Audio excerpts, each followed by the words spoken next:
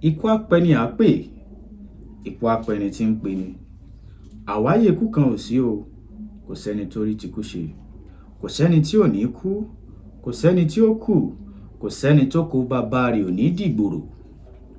Gẹ́gẹ́ bá a ṣe mọ̀ wípé kò sígbà tí Yorùbá ò ní ìkíni tí wọ́n máa ń lò fún ìṣẹ̀lẹ̀ kọ̀ọ̀kan. Bí àpẹẹrẹ nígbà tí ẹnìkan bá papòdà tàbí ká sọ pé nígbà tí ẹnìkan bá kú.